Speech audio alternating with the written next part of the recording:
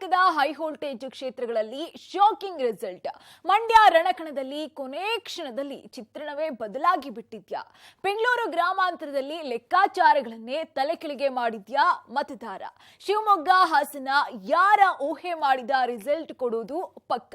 ಬೆಳಗಾವಿ ಬ್ಯಾಟಲ್ನಲ್ಲಿ ಮೇಲ್ನೋಟಕ್ಕೆ ಇರೋದೇ ಬೇರೆ, ಅಸಲಿ ಪಿಕ್ಚರೇ ಬೇರೆ. ಇದೇ ಹೊತ್ತಿನ ವಿಶೇಷ, ಕರ್ನಾಟಕದಲ್ಲಿ ಶಾಕಿಂಗ್ ರಿಸಲ್ಟ್. ಶನಿವಾರ ಲೋಕಸಭಾ ಚುನಾವಣೆಯ ಎಕ್ಸಿಟ್ ಪೋಲ್ಗಳು ಕರ್ನಾಟಕದ ವರದಿಯಲ್ಲಿ ಕೆಲವೊಂದು ಅಚ್ಚರಿಯನ್ನ ಕೊಟ್ಟಿದೆ. ಅದರಲ್ಲೂ ಹೈ ವೋಲ್ಟೇಜ್ ಕ್ಷೇತ್ರಗಳಲ್ಲಿ ವಿಜಯಲಕ್ಷ್ಮಿ ಚಂಚಲೆಯಾಗಿತ್ತು.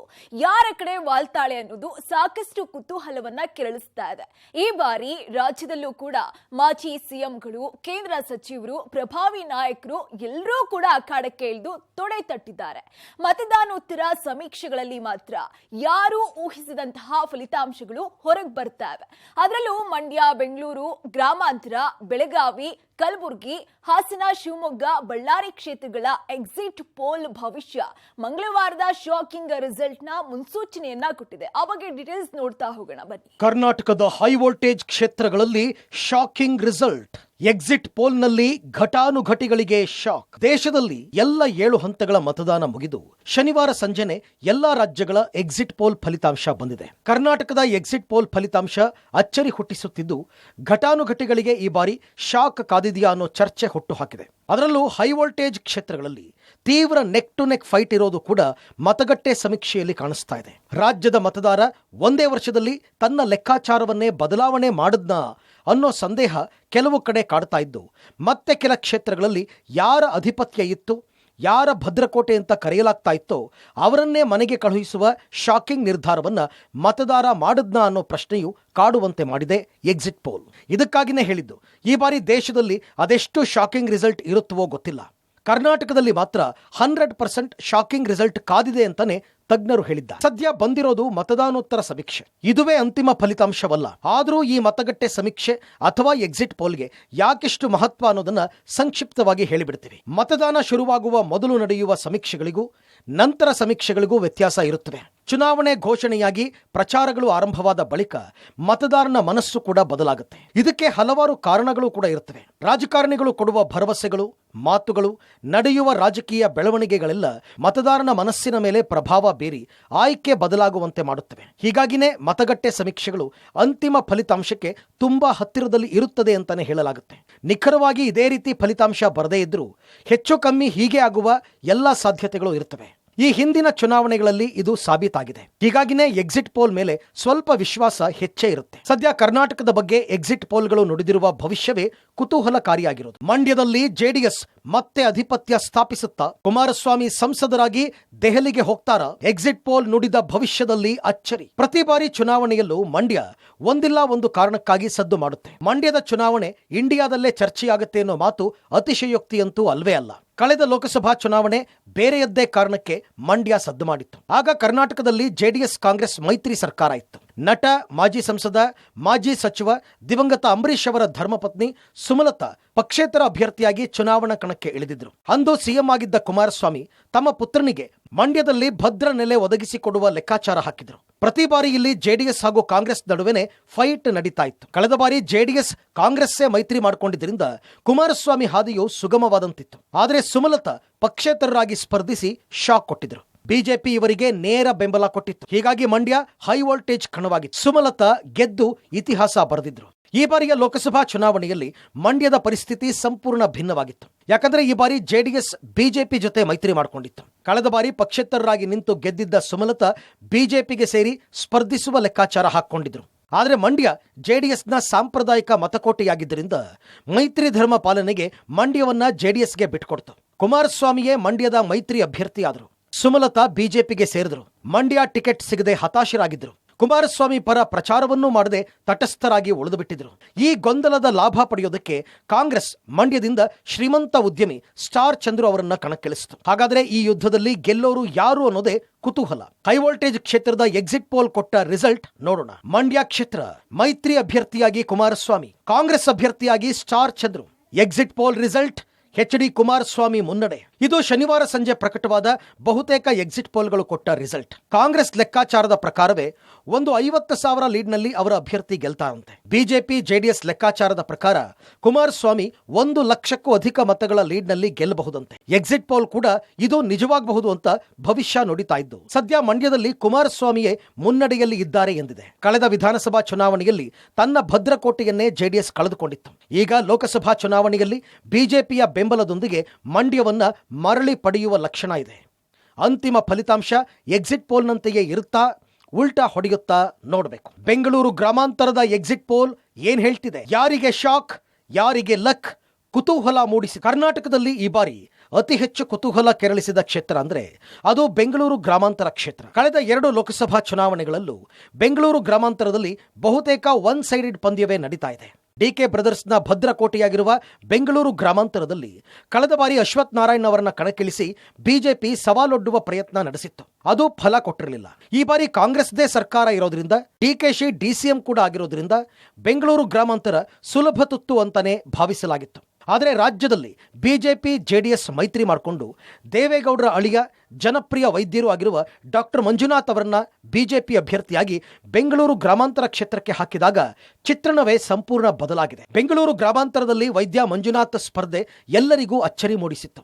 ಇದರಿಂದಾಗಿ ಭದ್ರಕೋಟೆಯಲ್ಲೂ ಡಿಕೆ ಬ್ರದರ್ಸ್ಗೆ ತುರುಸಿನ ಪೈಪೋಟಿ ಎದುರಾಗಿತ್ತು. ಜಿದ್ದಾಜಿದ್ದಿನ ಈ ಅಖಾಡದಲ್ಲಿ ಯಾರಿಗೆ ಗೆಲುವು ಅಂತ ತಿಳಿಯಲು ಬಹುಶಃ ಇಡೀ ಕರ್ನಾಟಕವೇ ಕಾಯ್ತಾ ಇದೆ. ಸದ್ಯ ಎಕ್ಸಿಟ್ ಪೋಲ್ ಗ್ರಾಮಾಂತರ ಕ್ಷೇತ್ರದ ಬಗ್ಗೆ ಏನ್ ಹೇಳಿದೆ ನೋಡೋಣ. ಬೆಂಗಳೂರು ಗ್ರಾಮಾಂತರ ಕ್ಷೇತ್ರ ಕಾಂಗ್ರೆಸ್ನಿಂದ ಹಾಲಿ ಸಂಸದ ಡಿಕೆ ಸುರೇಶ್, ಬಿಜೆಪಿಯಿಂದ ಗೌಡ್ರ ಅಳಿಯ doctor Manjunath. Exit poll result 50-50. Yes, Bengaluru ಗ್ರಾಮಾಂತರದಲ್ಲಿ ಇಂಥದ್ದೇ ಫಲಿತಾಂಶ ಬರಬಹುದು ಅಂತ ಚುನಾವಣೋತ್ತರ ಸಮೀಕ್ಷೆಗಳಿಗೂ ಊಹಿಸೋದಕ್ಕೆ ಸಾಧ್ಯವಾಗಿಲ್ಲ. ಇಲ್ಲಿ ಡಿಕೆ ಸುರೇಶ್ ಮತ್ತು ಮಂಜುನಾಥ್ ನಡುವೆ ನೇರ ಫೈಟ್ ಇದ್ದು ಫೋಟೋ ಫಿನಿಶ್ ಫಲಿತಾಂಶ ಬರುವ ಸಾಧ್ಯತೆನೇ ಹೆಚ್ಚು. ಯಾರೇ ಗೆದ್ದರೂ ಅಲ್ಪ ಮತದ ಅಂತರದಲ್ಲೇ ಗೆಲ್ಲಲಿದ್ದಾರೆ ಅಂತ ಮತಗಟ್ಟೆ ಸಮೀಕ್ಷೆಗಳು ಹೇಳ್ತಾ ಇವೆ. ಮೈಸೂರಿನಲ್ಲಿ ಯಾರಿಗೆ ಗೆಲುವಿನ ಕಿರೀಟ? ಕುತೂಹಲ ಮೂಡಿಸಿರುವ ಮತ್ತೊಂದು ಕ್ಷೇತ್ರ ಅಂದ್ರೆ ಅದು ಮೈಸೂರು. ಅದಕ್ಕೆ ಕಾರಣ ಇಲ್ಲಿನ ಹಾಲಿ ಸಂಸದರನ್ನ ಬದಲಾಯಿಸಿದ್ದೇ ದೊಡ್ಡ ಚರ್ಚಾ ವಿಷಯವಾಗಿತ್ತು. ಸತತ 2 ಬಾರಿ ಮೈಸೂರು ಕೊಡಗು ಕ್ಷೇತ್ರದಿಂದ ಗೆದ್ದು ಜನಪ್ರಿಯ ಸಂಸದರಾಗಿ ಗುರುತಿಸಿಕೊಂಡ ಪ್ರತಾಪ್ ಸಿಂಹಗೆ ಈ ಬಾರಿ ಬಿಜೆಪಿ ಟಿಕೆಟ್ ನಿರಾಕರಿಸಿತ್ತು. ಇವರ ಬದಲಿಗೆ ಮೈಸೂರು ರಾಜವಂಶಸ್ಥ ಯದುವೀರ್ಗೆ ಟಿಕೆಟ್ ಕೊಟ್ಟು ಅಚ್ಚರಿ ಮೂಡಿಸಿತ್ತು. ಬಿಜೆಪಿಯ ಈ ಬದಲಾವಣೆಯ ಲಾಭ ಪಡೆಯಲು ಕಾಂಗ್ರೆಸ್ ಸ್ಥಳೀಯ ನಾಯಕ ಲಕ್ಷ್ಮಣ್ಗೆ ಟಿಕೆಟ್ ಕೊಟ್ಟಿತ್ತು. ಮುಖ್ಯಮಂತ್ರಿ ಸಿದ್ದರಾಮಯ್ಯನವರ ತವರು ಜಿಲ್ಲೆಯೂ ಆಗಿರೋದ್ರಿಂದ ಅವರೇ ಅಖಾಡಕ್ಕೆ ಇಳಿದು ಮೈಸೂರಿನಲ್ಲಿ ರಣತಂತ್ರಗಳನ್ನು ಹೆಣೆದಿದ್ರು. ಇತ್ತ ಯದುವೀರ್ಗೆ ಮಹಾರಾಜ ಅನ್ನೋ ಪಟ್ಟವೇ ಪ್ಲಸ್ ಆಗಬಹುದು ಅಂತ ಅಂದಾಜಿಸಲಾಗಿತ್ತು. ಈಗ ಎಕ್ಸಿಟ್ ಪೋಲ್ನಲ್ಲಿ ಏನು ಫಲಿತಾಂಶ ಬಂದಿದೆ ನೋಡೋಣ. ಮೈಸೂರು ಕೊಡಗು ಕ್ಷೇತ್ರ ಬಿಜೆಪಿಯಿಂದ ಯದುವೀರ್ ಸ್ಪರ್ಧೆ, ಕಾಂಗ್ರೆಸ್ನಿಂದ ಲಕ್ಷ್ಮಣ್ ಕಣಕ್ಕೆ.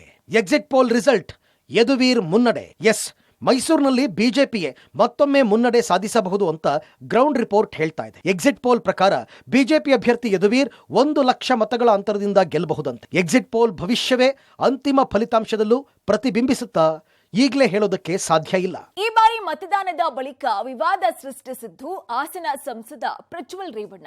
ಇವರನ್ನ ಹಾಸನದ ಜನತೆ ಗೆಲ್ಲಿಸ್ತಾರ? ತಮ್ಮ ಪುತ್ರನನ್ನ ಅಖಾಡಕ್ಕೆ ಇಳಿಸಿದಂತಹ ಲಕ್ಷ್ಮೀ ಹೆಬ್ಬಾಳ್ಕರ್ ಶೆಟ್ಟರ್ಗೆ ಸವಾಲಾದ್ರ? ಈ ಕ್ಷೇತ್ರಗಳ ಎಕ್ಸಿಟ್ ಪೋಲ್ ಇಳಿದೆ ನೋಡಿ. ಹಾಸನದಲ್ಲಿ ಮತ್ತೆ ಪ್ರಜ್ವಲ್ ಗೆಲ್ತಾರ? ಪೆನ್ ಡ್ರೈವ್ ವಿವಾದ ಪರಿಣಾಮ ಬೀರಿದ್ಯಾ? ಎಕ್ಸಿಟ್ ಪೋಲ್ ನಲ್ಲಿ ಶಾಕಿಂಗ್ ರಿಸಲ್ಟ್. ಎಸ್, ಈ ಬಾರಿ ಮತದಾನ ಮುಗಿದ ರಾಜ್ಯದಲ್ಲಿ ದೊಡ್ಡ ಮಟ್ಟದ ವಿವಾದ ಸೃಷ್ಟಿಸಿದ್ದು ಅಂದ್ರೆ ಹಾಸನ ಸಂಸದ ಪ್ರಜ್ವಲ್ ರೇವಣ್ಣ. ಪ್ರಜ್ವಲ್ದು ಎನ್ನಲಾದಂತಹ ಅಶ್ಲೀಲ ವಿಡಿಯೋ ಪೆನ್ ಡ್ರೈವ್ ಹಾಸನದಲ್ಲಿ ಚುನಾವಣೆಗೂ 5 ದಿನದ ಮೊದಲೇ ಬೀದಿಯಲ್ಲಿ ಹರಿದಾಡಿತ್ತು. ಮತದಾನದ ಬಳಿಕ ಅವ್ರ ಮೇಲೆ ಲೈಂಗಿಕ ದೌರ್ಜನ್ಯ, ಅತ್ಯಾಚಾರ ಪ್ರಕರಣಗಳು ಕೂಡ ದಾಖಲಾಗಿತ್ತು. ಆದ್ರೆ ಹಾಸನದಲ್ಲಿ ಮತದಾನಕ್ಕೂ ಮೊದಲೇ ಪ್ರಜ್ವಲ್ದು ಎನ್ನಲಾಗಿರುವಂತಹ ಅಶ್ಲೀಲ ವಿಡಿಯೋಗಳ ಪೆನ್ ಡ್ರೈವ್ ಹಂಚಿಕೆಯಾಗಿತ್ತು. ಹೀಗಾಗಿ ಇದು ಮತದಾರರ ಮೇಲೆ ಯಾವ ರೀತಿ ಪರಿಣಾಮ ಬೀರುತ್ತೆ ಅನ್ನೋ ಕುತೂಹಲ ಎಲ್ಲರಲ್ಲೂ ಇದೆ. ಇನ್ನು ಎಕ್ಸಿಟ್ ಪೋಲ್ ಹಾಸನದ ಫಲಿತಾಂಶದ ಬಗ್ಗೆ ಹೇಳಿದ್ದೇನು ಅಂತ ನೋಡ್ತಾ ಹೋಗೋಣ. ಹಾಸನ ಲೋಕಸಭಾ ಕ್ಷೇತ್ರ ಮೈತ್ರಿ ಅಭ್ಯರ್ಥಿಯಾಗಿ ಜೆಡಿಎಸ್ನ ಪ್ರಜ್ವಲ್ ರೇವಣ್ಣ, ಕಾಂಗ್ರೆಸ್ನಿಂದ ಶ್ರೇಯಸ್ ಪಟೇಲ್. ಹಾಗಾದ್ರೆ ಎಕ್ಸಿಟ್ ಪೋಲ್ ನ ರಿಸಲ್ಟ್ ಏನಾಗಿದೆ? ಎಸ್, ಕಾಪ್ಸ್ ಸಮೀಕ್ಷೆ ಪ್ರಕಾರ ಪ್ರಜ್ವಲ್ ರೇವಣ್ಣ ಅವರ ಸೋಲು ಅಂತ ಹೇಳಲಾಗ್ತಾ ಇದೆ. ಇನ್ನು ಪೋಲ್ ಸ್ಟಾರ್ ಸಮೀಕ್ಷೆ ಪ್ರಕಾರನೂ ಕೂಡ ಪ್ರಜ್ವಲ್ ರೇವಣ್ಣಗೆ ಸೋಲು ಸೋಲು ಅಂತ ಹೇಳಲಾಗ್ತಾ ಇದೆ. ಇನ್ನು ಆಕ್ಸಿಸ್ ಮೈ ಇಂಡಿಯಾ ವರದಿ ಪ್ರಕಾರ ಪ್ರಜ್ವಲ್ ರೇವಣ್ಣ ಅವರ ಗೆಲುವು ಅಂತ ಹೇಳಲಾಗ್ತಾ ಇದೆ. ಹೀಗೆ ಹಾಸನದ ಬಗ್ಗೆ ಒಂದೊಂದು ಎಕ್ಸಿಟ್ ಪೋಲ್ಗಳು ಕೂಡ ಒಂದೊಂದು ಫಲಿತಾಂಶವನ್ನ ಕೊಡ್ತಾ ಇವೆ. ಬಹುತೇಕ ಹಾಸನದಲ್ಲಿ ಕಾಂಗ್ರೆಸ್ ಗೆಲ್ಲಬಹುದು ಅಂತ ಗ್ರೌಂಡ್ ರಿಪೋರ್ಟ್ ಹೇಳ್ತಾ ಇದೆ. ಎದೆ ಬಡಿತ ಹೆಚ್ಚಿಸಿದ ಬೆಳಗಾವಿ ಎಕ್ಸಿಟ್ ಪೋಲ್, ಕುಂದಾನಗರಿಯಲ್ಲಿ ಫೋಟೋ ಫಿನಿಶ್ ರಿಸಲ್ಟ್. ಅಸಲಿಗೆ ಉತ್ತರ ಕರ್ನಾಟಕದಲ್ಲಿ ಈ ಬಾರಿ ಕೆಲವೊಂದು ಕ್ಷೇತ್ರಗಳಲ್ಲಿ ಯಾರೂ ನಿರೀಕ್ಷೆ ಮಾಡದ ರೀತಿಯಲ್ಲಿ ಜಿದ್ದಾಜಿದ್ದಿ ನಡೀತಾ ಇದೆ. ಅದರಲ್ಲೂ ಬೆಳಗಾವಿಯಲ್ಲಂತೂ ನೆಕ್ ಟು ನೆಕ್ ಫೈಟ್ ಇದೆ. ಬಿಜೆಪಿ ಮಾಜಿ ಸಿಎಂ ಜಗದೀಶ್ ಶೆಟ್ಟರ್ ಹುಬ್ಬಳ್ಳಿಯಿಂದ ಬೆಳಗಾವಿಗೆ ತಂದು ನಿಲ್ಲಿಸಿದ್ರೆ, ಇತ್ತ ಸಚಿವೆ ಲಕ್ಷ್ಮೀ ಹೆಬ್ಬಾಳ್ಕರ್ ತಮ್ಮ ಪುತ್ರ ಮೃಣಾಲ್ ಹೆಬ್ಬಾಳ್ಕರ್ ಅವರನ್ನೇ ಅಖಾಡಕ್ಕಿಳಿಸಿದ್ದಾರೆ. ಇಲ್ಲಿನ ಎಕ್ಸಿಟ್ ಪೋಲ್ ಫಲಿತಾಂಶ ಎದೆ ಬಡಿತವನ್ನ ಮತ್ತಷ್ಟು ದುಪ್ಪಟ್ಟು ಮಾಡಿದೆ. ಬೆಳಗಾವಿ ಲೋಕಸಭಾ ಕ್ಷೇತ್ರ ಬಿಜೆಪಿಯಿಂದ ಮಾಜಿ ಸಿಎಂ ಜಗದೀಶ್ ಶೆಟ್ಟರ್, ಕಾಂಗ್ರೆಸ್ನಿಂದ ಹೆಬ್ಬಾಳ್ಕರ್ ಪುತ್ರ ಮೃಣಾಲ್. ಇನ್ನು ಎಕ್ಸಿಟ್ ಪೋಲ್ ರಿಸಲ್ಟ್ ನ ಪ್ರಕಾರ 50-50 ಅಂತ ಹೇಳಲಾಗ್ತಾ ಇದೆ. ಬೆಳಗಾವಿ ಲೋಕಸಭಾ ಕ್ಷೇತ್ರದಲ್ಲಿ ಅರಭಾವಿ, ಗೋಕಾಕ್, ದಕ್ಷಿಣ, ಬೈಲಹೊಂಗಲ ಕ್ಷೇತ್ರದಲ್ಲಿ ಬಿಜೆಪಿ ಲೀಡ್ ಆಗುವ ಲೆಕ್ಕಾಚಾರ ಇದೆ. ಗ್ರಾಮೀಣ, ಉತ್ತರ, ರಾಮದುರ್ಗ, ಸವದತ್ತಿ ಕ್ಷೇತ್ರದಲ್ಲಿ ಕಾಂಗ್ರೆಸ್ ಲೀಡ್ ಆಗುವ ಲೆಕ್ಕಾಚಾರ ಇತ್ತು. ಯಾರೇ ಗೆದ್ರೂ 15ರಿಂದ 20 ಸಾವಿರ ಅಂತರದ ಒಳಗೆ ಗೆಲ್ತಾರೆ ಅಂತ ಎಕ್ಸಿಟ್ ಪೋಲ್ ಹೇಳ್ತಾ ಇದೆ. ಖರ್ಗೆ ತವರು ಕಲಬುರಗಿಯಲ್ಲಿ ಟಫ್ ಫೈಟ್. ಈ ಬಾರಿ ಇನ್ನೊಂದು ಹೈ ವೋಲ್ಟೇಜ್ ಕ್ಷೇತ್ರ ಅಂತ ಕರೆಸಿಕೊಂಡಿದ್ದು ಕಲಬುರಗಿ. ಎಐಸಿಸಿ ಅಧ್ಯಕ್ಷ ಮಲ್ಲಿಕಾರ್ಜುನ್ ಖರ್ಗೆ ಅವರ ತವರು ಜಿಲ್ಲೆ ಆಗಿರೋದ್ರಿಂದ ಸಾಕಷ್ಟು ಕುತೂಹಲ ಮೂಡಿಸಿತ್ತು. ಕಳೆದ ಬಾರಿ ಖರ್ಗೆ ಇಲ್ಲಿ ಸೋತಿದ್ರು. ನಂತರ ರಾಜ್ಯಸಭಾ ಸದಸ್ಯರಾದಂತಹ ಖರ್ಗೆ ಈ ಬಾರಿ ತಾವು ಕಣಕ್ಕಿಳಿದೆ ಅಳಿಯ ರಾಧಾಕೃಷ್ಣ ದೊಡ್ಮನಿ ಅವರನ್ನ ಇಳಿಸಿದ್ರು. ಅತ್ತ ಕಳೆದ ಬಾರಿ ಖರ್ಗೆಯನ್ನ ಸೋಲಿಸಿದಂತಹ ಉಮೇಶ್ ಜಾಧವ್ ಮತ್ತೊಮ್ಮೆ ಸವಾಲೊಟ್ಟಿದ್ರು. ಹೀಗಾಗಿ ಈ ಬಾರಿ ಕಲಬುರಗಿಯಲ್ಲಿ ಯಾರು ಕಮಾಲ್ ಮಾಡ್ತಾರೆ ಅನ್ನೋ ಕುತೂಹಲ ಹೆಚ್ಚಾಗುತ್ತೆ. ಕಲಬುರಗಿ ಲೋಕಸಭಾ ಕ್ಷೇತ್ರ ಬಿಜೆಪಿಯಿಂದ ಉಮೇಶ್ ಜಾಧವ್, ಕಾಂಗ್ರೆಸ್ನಿಂದ ರಾಧಾಕೃಷ್ಣ ದೊಡ್ಮನಿ. ಇನ್ನು ಎಕ್ಸಿಟ್ ಪೋಲ್ ರಿಸಲ್ಟ್ ನ ಪ್ರಕಾರ ಇಲ್ಲೂ ಕೂಡ 50-50 ಅಂತ ಅಂದಾಜಿಸಲಾಗಿದೆ. ಕಲಬುರಗಿಯಲ್ಲಿ ಈ ಬಾರಿ ಅತ್ಯಂತ ಟಫ್ ಫೈಟ್ ಕಾಣಿಸಿಕೊಳ್ತಾ ಇದೆ. ಬಿಜೆಪಿ ಮತ್ತು ಕಾಂಗ್ರೆಸ್ ಎರಡೂ ಪಕ್ಷದ ಅಭ್ಯರ್ಥಿಗಳಿಗೂ ಗೆಲ್ಲುವ ಅವಕಾಶ ಸಮಾನವಾಗಿದೆ. ಯಾರೇ ಗೆದ್ರೂ ಗೆಲುವಿನ ಅಂತರ 10ರಿಂದ 15 ಸಾವಿರ ಮತಗಳಷ್ಟೇ ಇರಬಹುದು ಅಂತ ಎಕ್ಸಿಟ್ ಪೋಲ್ಗಳು ಹೇಳ್ತಿವೆ. ಶಿವಮೊಗ್ಗ ಬಿಎಸ್ವೈ ತವರು ಜಿಲ್ಲೆಯಾಗಿರೋದ್ರಿಂದ ಬಿಜೆಪಿಗೆ ಸುಲಭ ತುತ್ತು ಅಂತಾನೆ ಭಾವಿಸಲಾಗಿತ್ತು. ಆದ್ರೆ ಈಶ್ವರಪ್ಪ ಬಂಡಾಯದಿಂದ ಕಣದ ಚಿತ್ರಣವೇ ಬದಲಾಯಿತು. ಎಕ್ಸಿಟ್ ಪೋಲ್ ಶಾಕ್ ಯಾರಿಗೆ? ಬನ್ನಿ ಅದನ್ನೇ ನೋಡ್ತಾ ಹೋಗೋಣ. ಶಿವಮೊಗ್ಗದಲ್ಲಿ ಈಶ್ವರಪ್ಪ ಫ್ಯಾಕ್ಟರ್ ಪ್ರಭಾವ ಬೀರಿದ್ಯಾ? ಎಕ್ಸಿಟ್ ಪೋಲ್ ಶಾಕ್ ಕೊಟ್ಟಿದ್ಯಾರಿಗೆ? ಹಾಗೆ ನೋಡಿದ್ರೆ ಶಿವಮೊಗ್ಗ ಕ್ಷೇತ್ರ ಹೈ ವೋಲ್ಟೇಜ್ ಕ್ಷೇತ್ರವಾಗುವ ಸಾಧ್ಯತೆ ಕಡಿಮೆ ಇತ್ತು. ಹಾಲಿ ಸಂಸದ ಬಿವೈ ರಾಘವೇಂದ್ರ ವಿರುದ್ಧ ಪ್ರಬಲ ಎದುರಾಳಿ ಅಂತ ಯಾರೂ ಇರಲಿಲ್ಲ. ಜೊತೆಗೆ ಇದು ಯಡಿಯೂರಪ್ಪ ಭದ್ರಕೋಟೆಯಾಗಿದ್ದು ಬಿಜೆಪಿ ಇಲ್ಲಿ ಯಾವತ್ತೂ ಹಿಂದೆ ಬಿದ್ದಿದ್ದೇ ಇಲ್ಲ. ಆದ್ರೆ ಇವತ್ತು ಇದೇ ಶಿವಮೊಗ್ಗದ ಪ್ರಬಲ ನಾಯಕ ಯಡಿಯೂರಪ್ಪ ಅವರ ಮಾಜಿ ಆಪ್ತ ಈಶ್ವರಪ್ಪ ಬಂಡಾಯ ಎತ್ತಿದ್ರು. ಹಾವೇರಿಯಲ್ಲಿ ಪುತ್ರನಿಗೆ ಟಿಕೆಟ್ ಸಿಕ್ಕಿಲ್ಲ ಅಂತ ಈಶ್ವರಪ್ಪ ಶಿವಮೊಗ್ಗದಲ್ಲಿ ಬಂಡಾಯ ಅಭ್ಯರ್ಥಿಯಾಗಿ ಕಣಕ್ಕಿಳಿದಿದ್ರು. ಇವರಿಬ್ಬರ ಜಗಳದ ಲಾಭ ಪಡ್ಕೊಳ್ಳೋದಕ್ಕೆ ಕಾಂಗ್ರೆಸ್ ಮಾಜಿ ಸಿಎಂ ಬಂಗಾರಪ್ಪ ಪುತ್ರಿ ಮತ್ತು ನಟ ಶಿವರಾಜ್ ಕುಮಾರ್ ಪತ್ನಿ ಗೀತಾ ಶಿವರಾಜ್ ಕುಮಾರ್ಗೆ ಟಿಕೆಟ್ ಕೊಟ್ಟಿತ್ತು. ಹೀಗಾಗಿ ತ್ರಿಕೋನ ಸ್ಪರ್ಧೆ ಏರ್ಪಟ್ಟಿದ್ದು ಯಾರಿಗೆ ಗೆಲುವು ಅನ್ನೋದು ಕುತೂಹಲ ಮೂಡಿಸಿತ್ತು. ಇನ್ನು ಎಕ್ಸಿಟ್ ಪೋಲ್ ಶಾಕ್ ಕೊಟ್ಟಿದ್ಯಾರಿಗೆ ಗೊತ್ತಾ? ಬನ್ನಿ ನೋಡ್ತಾ ಹೋಗೋಣ. ಶಿವಮೊಗ್ಗ ಲೋಕಸಭಾ ಕ್ಷೇತ್ರ ಬಿಜೆಪಿಯಿಂದ ಬಿವೈ ರಾಘವೇಂದ್ರ, ಕಾಂಗ್ರೆಸ್ನಿಂದ ಗೀತಾ ಶಿವರಾಜ್ ಕುಮಾರ್, ಬಂಡಾಯ ಅಭ್ಯರ್ಥಿಯಾಗಿ ಈಶ್ವರಪ್ಪ. ಇನ್ನು ಎಕ್ಸಿಟ್ ಪೋಲ್ ರಿಸಲ್ಟ್ ನ ಪ್ರಕಾರ ಬಿಜೆಪಿಯ ಬಿವೈ ರಾಘವೇಂದ್ರ ಅವರಿಗೆ ಮುನ್ನಡೆ ಅಂತ ಹೇಳಲಾಗ್ತಾ ಇದೆ. ಬಳ್ಳಾರಿಯಲ್ಲಿ ರಾಮುಲು ದಡ ಸೇರ್ತಾರಾ?